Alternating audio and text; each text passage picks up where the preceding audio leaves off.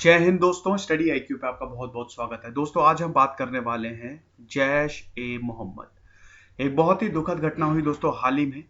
कल आपको पता ही है कि हमारे जवानों पे हमला हुआ। पुलवामा जम्मू एंड कश्मीर सेक्टर पे सीआरपीएफ के जवान थे, कॉन्वॉय जा रहा था, आतंकवादियों ने इन पे हमला किया। आत्मघाती हमला था, पूरी की पूरी गाड़ी लेके ट्रक में घुस गए थे सीआरपीएफ की। आईईडी थी, डेटोनेट किया, बहुत तेज धमाका हुआ, चीथड़े उड़ गए और हमारे 44 जवान जो है वो शहीद हो गए। फिदाइन अटैक था दोस्तों, सुसाइड बॉम्बिंग थी, डेस्परेशन था आतंकवादियों का, क्योंकि सेना ने बहुत ही जबरदस्त काम किया है। एक भी जिंदगी जाती है दोस्तों, हमारे 44 जवान शहीद हुए और एक भी जिंदगी जाती है तो उससे जुड़ी हुई बहुत सारी जिंदगियां प्रभावित होती हैं, बच्चे प्रभावित होते हैं, परिवार प्रभावित होते हैं। और ये जो दर्द है ना, ये बहुत सालों तक रहता है, जिंदगी भर तक रहता है, कोई भर नहीं सकता। और ये जो आतंकी संगठन है, ये जो शैतान है, कायराना हरकत करते हैं, धर्म के नाम पे लोगों को बहकाते हैं। अब इनके मालिक जो होते हैं वो तो आसानी से आराम से अपना महलों में रहते हैं, बंगलों में रहते हैं, लेकिन छोटे छोटे बच्चों को बहका के आतंकवाद में लेके आते हैं और उनका ब्रेन वॉश करना शुरू कर देते हैं। मैं अपील करना चाहूंगा दोस्तों, ऐसे लोगों से बिल्कुल दूर रहिए। कोई भी अगर आपको नफरत का पाठ पढ़ाए, उल्टे पांव दौड़ लगा लो भैया। और कोई भी प्यार का पाठ पढ़ाए, बिल्कुल जाओ उसके पास। कोई भी धर्म, इस्लाम हो चाहे कोई भी धर्म हो, ये नहीं बोलता है कि जाके बेगुनाहों को मारो। इनफैक्ट कोई भी धर्म ये नहीं बोलता है कि जाके मारो, वो तो हमेशा प्यार का पाठ पढ़ाता है। लेकिन ये जो ऑर्गेनाइजेशंस है, इस तरीके के जो शैतान लोग हैं, पता नहीं क्या क्या लालच देते हैं और उसके बाद बच्चों को लेके आते हैं। सबसे बड़ी बात यह है दोस्तों, जो आतंकी है जिसने हमला किया वो भारत का ही है, वो पुलवामा का ही है। सोची समझी साजिश है दोस्तों, और ये बहुत ही खतरनाक है। हमको सोचना होगा अब, क्योंकि अगर हमको कश्मीर में पीस चाहिए तो वहां के लोगों का सपोर्ट बहुत जरूरी है। और सेना को, सरकार को इनिशिएटिव लेना होगा, वहां के लोगों को कन्विंस करना होगा और यह बोलना होगा, वहां के यूथ को भी कन्विंस करना होगा कि यहां मत जाओ, ऐसे आतंकवादी मत बनो, बहुत खतरनाक है ये। हम देखेंगे ये पूरी की पूरी कहानी क्या है, जैश ए मोहम्मद क्या है। जैश ए मोहम्मद की बात करें दोस्तों तो ये एक आतंकी संगठन है, आपको पता ही है, टेररिस्ट ऑर्गेनाइजेशन है। इसका मोटिव क्या है? कश्मीर को भारत से सेपरेट कर दो और उसके बाद पाकिस्तान में मिला दो। देखिए दोस्तों, ऐसा है कि पाकिस्तान की हमेशा से स्ट्रैटेजी रही है, पाकिस्तान की स्ट्रैटेजी ये रही है, ब्लीड इंडिया विद 1000 कट्स। जहां पे भी इंसर्जेंसी है वहां पे सपोर्ट करो उन ग्रुप्स को, और उसके बाद वो जो एरियाज है जहां पे इंसर्जेंसी है उसको अलग कर दो भारत से। ये पाकिस्तान की स्ट्रैटेजी रही है। लेकिन आपको बता दूं कि जहां पे नफरत पलती है, सबसे पहले वो उस जगह को तबाह करता है जहां पे वो नफरत पल रही है। तो पाकिस्तान भी अछूता नहीं रहा है। पाकिस्तान में भी बहुत सारे ब्लास्ट हुए हैं, बहुत सारे ब्लास्ट किए हैं आतंकी संगठनों ने, और पाकिस्तान में भी बैन है। लेकिन पाकिस्तान की सरकार की तो वहां पे चलती नहीं है, वहां पे आईएसआई और मिलिट्री की चलती है, पूरा का पूरा सपोर्ट है। हाथी के दांत खाने की ओर, दिखाने की ओर। एक तरफ तो पाकिस्तान कहता है कि ये सब आतंकवादी हमने बैन कर दिया है, दूसरी तरफ यही आतंकवादी संगठन रैली करते हैं। जी हां, आपको पता ही है, हाफिज सईद, लश्कर तैयबा और ये आपका यही जैश ए मोहम्मद, ये सब रैली करते हैं। अभी कल के हमले से 2 हफ्ते पहले जैश ए मोहम्मद की रैली हुई थी और उसमें बोला था कि हम तो भारत को सबक सिखाएंगे। तो इस तरीके से जब आतंकवादी वहां पे खुले घूम रहे हैं, यूएसए भी बोल चुका है कि भैया पाकिस्तान जो आतंकवाद को पनाह देता है, स्वर्ग बना हुआ है, ये बिल्कुल देना बंद करे। बार बार भारत सवाल उठाता है लेकिन मान ही नहीं रहा है। क्यों नहीं मान रहा है? क्योंकि सीधा का सीधा, सीधे पीछे कौन है, कंट्रोल किसका है? आईएसआई और मिलिट्री। तो ये चीज है। जैश ए मोहम्मद एक बहुत ही खतरनाक आतंकी संगठन है दोस्तों। पाकिस्तान का कश्मीर पे स्टांस क्या है मैं आपको बताना चाहता हूं। बहुत लोग ये बोलते हैं पाकिस्तान कश्मीर मांगता है, ऐसा नहीं है। पाकिस्तान कश्मीर मांगता ही नहीं है। पाकिस्तान इतना चालाक है, ये इस तरीके से साजिश कर रहा है। पाकिस्तान ये बोलता है कि कश्मीर को आजादी दे दो, हमको कश्मीर नहीं चाहिए। क्योंकि जिस दिन पाकिस्तान ये बोलना शुरू कर देगा कि कश्मीर हमारा है, उस दिन भारत छीन के ले आएगी कश्मीर को। ये पता है पाकिस्तान को। तो पाकिस्तान कभी नहीं बोलता कि कश्मीर हमारा है, तभी तो प्रॉब्लम हो जाती है। भारत डिप्लोमेटिकली बात करे तो करे कैसे? पाकिस्तान ये बोलता नहीं कश्मीर हमारा है। कश्मीर जो पाकिस्तान ने ऑक्यूपाई कर रखा है उसको वो आजाद कश्मीर बोलता है, ठीक है ना। ये कश्मीर तो आजाद है, और भारत में जो कश्मीर है उसको आजाद कराने की बात बोलता है। वैसे कभी जिंदगी में ऐसा पॉसिबल ही नहीं है, क्योंकि वो भारत का हिस्सा है, वो तो भारत का है, ठीक है। जितने आतंकवादी आएंगे सबको ऊपर पहुंचा देंगे, यही सेना का मानना है। तो यहां पे पाकिस्तान का ये स्टैंड है, इसीलिए बड़ी प्रॉब्लम है। और एक बार कश्मीर आजाद हुआ तो उसके बाद पाकिस्तान उस पर कब्जा कर लेगा, ये सभी को पता है। तो ये पूरा का पूरा अल्टीमेट गोल है। वहां पे इसी चीज के लिए बहुत सारे आतंकी संगठन जो है वो काम कर रहे हैं। बहुत सारे देशों ने जैश ए मोहम्मद पे बैन लगा दिया है, जिसमें पाकिस्तान भी एक है। जी हां, परवेज मुशर्रफ को बहुत तेज लताड़ा था अमेरिका ने बोला था कि बेटा ये जो तुम ये सब कर रहे हो ना और आतंकियों पे बैन लगा दो। तो परवेज मुशर्रफ ने 5 आतंकी संगठनों को बैन भी किया था 2002 में, जिसमें जैश ए मोहम्मद एक था। लेकिन उसके बावजूद, जैसा कि मैंने बताया ना, वो खाली दिखावा होता है, एक्चुअली में कोई ऐसा बैन है नहीं, क्योंकि वहां पे सब कोई खुला घूमता है, ठीक है, जो आतंकवादी हैं। अब दोस्तों ऐसा है कि शुरुआत कहां से होती है। आपने मसूद अजहर का नाम सुना होगा, ठीक है ना। पाकिस्तान के पंजाब बहरालपुर में पैदा हुआ मसूद अजहर, ये बहुत ही खतरनाक आतंकी है, जिसने जैश ए मोहम्मद को बनाया। 2000 में जैश ए मोहम्मद को बनाया गया था, ठीक है ना। अब ऐसा है कि पहले तो आपने वो मूवी देखी होगी उमरता, अगर नहीं देखी है तो देखिएगा। उमरता में राजकुमार राव है और हंसल मेहता का डायरेक्शन है, तो वो मसूद अजहर की जिंदगी पे है, ठीक है ना। उमरता में बताया गया है कि किस तरीके से ये आतंकवादी बना और किस तरीके से इसका जो मोटिव है वो है, मतलब मोटिव जो है वो है। तो अब दोस्तों ऐसा है कि पहले तो ये गया ब्रिटेन, 1990s में ब्रिटेन से फंड इकट्ठा किए इसने, ठीक है। वहां पे जितने भी कट्टरपंथी उनको इकट्ठा किया और बोला कि हमको सपोर्ट करो, क्योंकि हम भारत में कश्मीर को आजाद करा देंगे। अब आपको पता है 1990s में जो कश्मीर में भयंकर अनस्टेबिलिटी थी, हर कोई वहां पे आतंकवादी बनता जा रहा था, जितने भी यूथ थे। बहुत ज्यादा अनस्टेबिलिटी थी उस समय के एरा में, ठीक है, 1990s में। तो यहां पे मौका था पाकिस्तान की आईएसआई के पास और बहुत सारे ऐसे संगठनों के पास। हालांकि तब तक जैश ए मोहम्मद नहीं बना था। मसूद अजहर जो था, ये पूरी कोशिश कर रहा था कि किसी तरीके से हम जितना हो सके सपोर्ट कर सके। 1994 में भारत आता है, 5 फॉरेनर्स को किडनैप भी करता है और 1994 में इसको अरेस्ट भी कर लिया जाता है। हमारी पुलिस इसको अरेस्ट कर देती है, जेल में बंद कर देती है।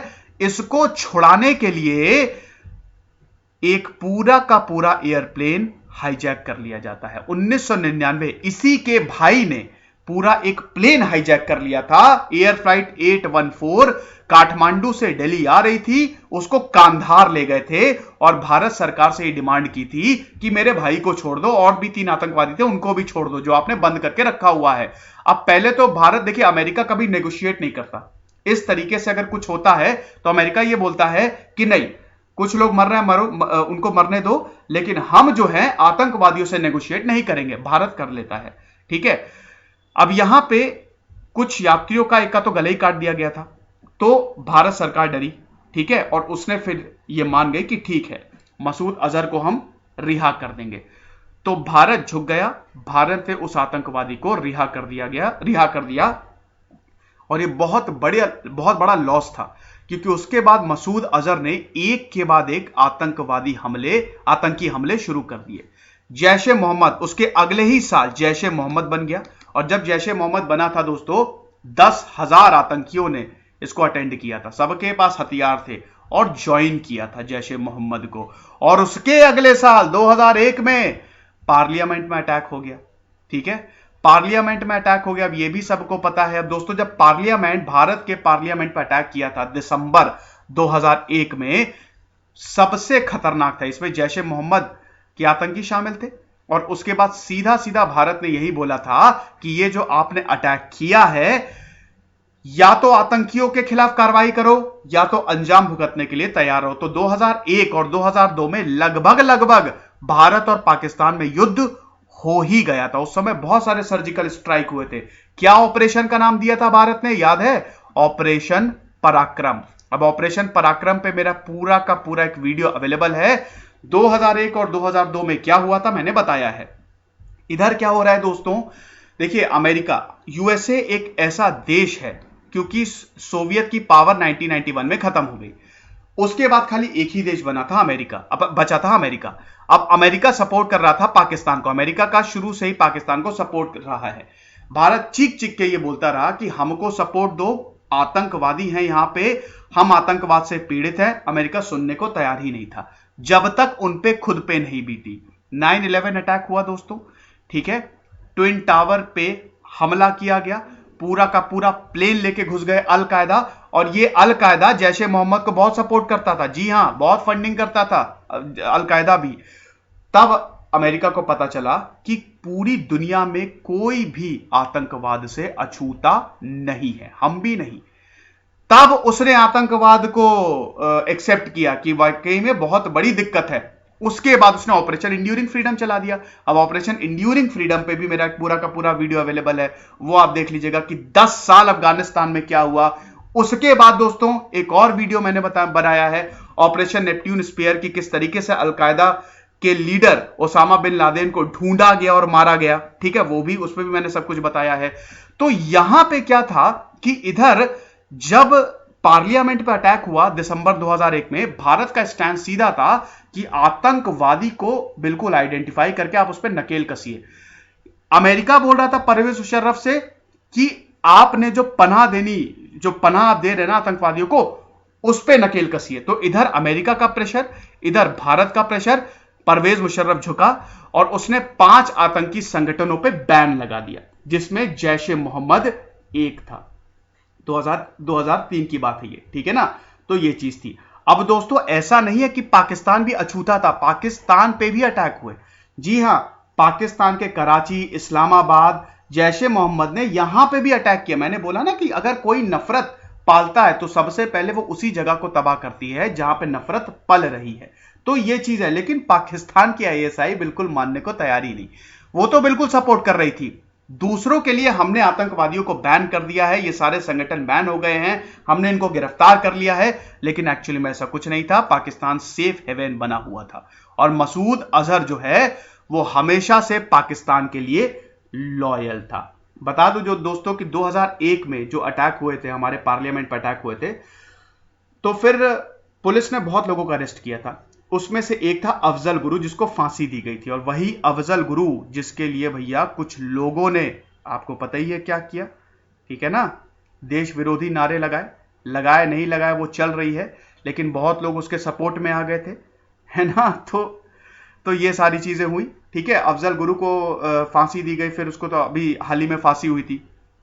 तो यहां पे मसूद अजहर जो है, जब ये बहुत ज्यादा प्रेशर था, भारत की तरफ से प्रेशर था, अमेरिका की तरफ से प्रेशर था। उसके बाद दोस्तों 2003 के बाद आपको पता ही है कि भारत और पाकिस्तान के रिश्ते भी काफी सुधरे थे। तो उसके बाद क्या हुआ था कि मसूद अजहर अंडरग्राउंड हो गया, कोई ज्यादा इसकी एक्टिविटीज नहीं थी, वो बिल्कुल लो प्रोफाइल रह के काम कर रहा था। दूसरी चीज है, जैश ए मोहम्मद उस समय स्प्लिट भी हो गई थी, लीडरशिप जो है ना वो 2 में बट गई थी, ठीक है। तो एक ग्रुप तो अलग होकर इसने बना लिया था, जमातुल फुकान, ठीक है, और दूसरा ग्रुप था वो मसूद अजहर लीड कर रहा था, जिसका नाम था खुद्दमुल इस्लाम। तो जैश ए मोहम्मद स्प्लिट हो गई, यहां पे लीडरशिप जो है वो बट गई 2 में, लेकिन रिवाइवल अब इसका शुरू हो गया। दोस्तों आपको पता ही है कि पाकिस्तान का पूरा सपोर्ट है। अब ये जो संगठन है ये कभी भी नहीं चाहते कि पाकिस्तान और भारत के रिश्ते सुधरे, कभी भी नहीं चाहते। वहां के लोग चाहते हैं, वहां के बहुत सारे लीडर्स चाहते हैं, लेकिन ये लोग नहीं चाहते, और आईएसआई भी नहीं चाहती। उनका खाली एक ही मुद्दा है, कश्मीर पे उनका मुद्दा जो है वो अटक गया है, ठीक है ना। अब यहां पे ऐसा हुआ कि ये पूरा अंडरग्राउंड रहा, जैश ए मोहम्मद और स्ट्रांग होता गया, ठीक है। बरावलपुर जो पाकिस्तान के पंजाब में है वो हेडक्वार्टर बन गया, बहुत सारे लोगों को ट्रेनिंग देना शुरू किया, फंडिंग भी आई बहुत। भैया देखिए ऐसा है ना कि ये आतंकवादी संगठन को फंडिंग कहां से होती है, आप लोग अक्सर सोचते होंगे ये ऐसा ही करता है, ठीक है ना, इनडायरेक्टली फंडिंग, और बहुत सारे जो आतंकी संगठन होते हैं वहां से फंडिंग, ठीक है ना। तो ये अगर हर कोई फंडिंग करना बंद कर दे, और देखिए आतंकवादी तो फंडिंग करेंगे, ठीक है, वो तो सपोर्ट करेंगे, लेकिन अगर देश ये सोच ले, ठीक है, और लोग ये सोच ले कि हमको इनको एक भी चंदा नहीं देना है, क्योंकि पता है पाकिस्तान में रैलीज होती है ना आतंकी संगठनों की, और वो चंदा मांगती है, वो पैसे मांगती है लोगों से कि हमको सपोर्ट करो। तो अगर कोई इंसान सपोर्ट ना करे, अपने आप आतंकवाद खत्म हो जाए, लेकिन ऐसा करना नहीं है, ठीक है, क्योंकि ब्रेन वॉश करते हैं। तो अब ऐसा है दोस्तों, मसूद अजहर ने यह बोला था कि 2014 में अगर नरेंद्र मोदी प्रधानमंत्री बने, बहुत इसने उल्टी सीधी बातें बोली थी, तो हम भारत को सबक सिखाएंगे। और इसने यह तक बोल दिया था कि हम 300 सुसाइड बॉम्बर्स, 300 फिदाइन को तैयार करेंगे और अगर नरेंद्र मोदी प्रधानमंत्री बने तो हम भारत पे हमला करेंगे। अब दोस्तों जब नरेंद्र मोदी प्रधानमंत्री बने तो उन्होंने पूरी की पूरी ये कोशिश की कि पाकिस्तान से रिश्ते सुधरे। उन्होंने तो भैया अपनी जो ओथ सेरेमनी थी उसमें तो पाकिस्तान के प्राइम मिनिस्टर को इनवाइट भी किया था, उसके बाद वो पाकिस्तान भी गए थे, लेकिन जैसा कि मैंने बताया ये सारे आतंकवादी संगठनों को नागवार गुजरता है। तो जैसे ही ये हुआ 2016 में एक बहुत बड़ा अटैक लॉन्च किया गया पठानकोट एयरबेस पे, बहुत बड़ा ये हमला हुआ था, ठीक है। अब उसमें 7 जवान मारे गए थे। उसके तुरंत बाद हमारे काउंसुलेट पे हमला हुआ था अफगानिस्तान में। अफगानिस्तान में ये लोग बहुत ज्यादा एक्टिव हैं, इनफैक्ट जो इनके ट्रेनिंग कैंप्स है वो भी अफगानिस्तान में है, ठीक है ना। अब उसके बाद पाकिस्तान और भारत ने ये ठान लिया कि हम दोनों एक साथ मिलकर आतंकवाद से लड़ेंगे, लेकिन सब दिखावा। ये आप जब भी लड़ेंगे, अगर वर्ड साथ में आ गया, भारत और पाकिस्तान लड़ेंगे तो उसके साथ साथ एक और शब्द चलता है दिखावा, ठीक है ना। तो ये चीज है, क्योंकि भारत बार बार ये बोलता रहता है कि आपके घर में ये सारी चीजें हो रही हैं, आप काउंटर करिए। पाकिस्तान सिर्फ आश्वासन देता है, काउंटर नहीं करता। और उसके बाद उरी हमला जो हुआ उसमें तो सारी हदें पार हो गई, सोते हुए जवानों पे हमला किया गया था। एक और कायराना हरकत जिसमें अगेन ये शामिल था JEM। और फिर उसके बाद कल का जो हमला था वो तो सबसे डेडलीस्ट है दोस्तों अभी तक का। उसमें 44 जवानों की दोस्तों जान चली गई है, शहीद हो गए हैं। और ये बहुत बड़ा अटैक है, सुसाइड बॉम्बिंग, ये जो अटैक है ये हमला किया इन्होंने। तो जैश ए मोहम्मद जो है वो समय समय पे हमला करता रहता है जब उसको लगता है कि हमारी पोजीशन वीक हो रही है। दोस्तों ये जो पूरी सिचुएशन है आपको पता ही होगा, 8 जुलाई 2016 ये वो दिन था जब हमारी सेना ने बुरहान वानी को मार दिया था। हिजबुल कमांडर था, उसको मार दिया था। उसके बाद से ऐसी अनस्टेबिलिटी हुई है घाटी में, कश्मीर में, कि अभी तक वो थमने का नाम ही नहीं ले रही। लोग खड़े हो गए सड़कों पे उसके सपोर्ट में और सीधा सेना से भिड़ गए। उसके बाद सेना ने फिर एक एक करके अभियान चलाया, एक एक करके आतंकवादियों को मारना शुरू कर दिया। और दोस्तों सेना के जो ये ऑपरेशंस है, बहुत सारे ऑपरेशंस तो हमको मालूम ही नहीं रहता, रहने भी नहीं चाहिए, सब बिल्कुल सीक्रेसी में होते हैं, एकदम सीक्रेट ऑपरेशंस होते हैं। उसके बाद आपने देखा होगा कि कोई ऐसा अटैक नहीं हुआ, उरी के बाद ऐसा कोई अटैक नहीं हुआ बहुत बड़ा, क्योंकि हमारी सेना ने जबरदस्त काम किया। और ये डेस्परेशन अटैक है, सारे रास्ते आतंकियों के बंद हो गए थे, एक के बाद एक लीडर्स को मारा जा रहा था और कड़ी कार्रवाई की जा रही थी। उसके बाद डेस्परेशन में यह अटैक किया गया है दोस्तों, आप ये भी ध्यान रखिएगा। दूसरी चीज ये है दोस्तों कि जब भी इस तरीके का अनरेस्ट होता है, जैसा कि मैंने बताया कि 90s में बहुत बड़ा कश्मीर में अनरेस्ट था, ठीक है, तब ये ग्रुप्स एकदम से एक्टिव हो गए, क्योंकि जब तक अमन चैन रहेगा ये ग्रुप्स कहां से एक्टिव होंगे। और अभी 2016 के बाद जो कश्मीर में अनरेस्ट शुरू हुआ है, ठीक है, 2016 से जो अभी तक चल रहा है, तो तब ये सारे ग्रुप्स एक्टिव हो गए हैं।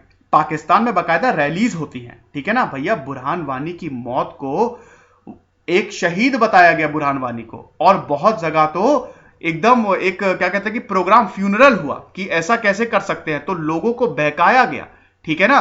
तो इस तरीके से ये ग्रुप जो है, ये सारे के सारे आतंकवादी संगठन जो है अपनी दुकान चलाते हैं, ठीक है ना। आई होप ये लेक्चर आपको पसंद आया होगा, जरूर शेयर करिए, खुश रहिए, पढ़ते रहिए। दिस इज सिद्धांत अग्निहोत्री, साइनिंग।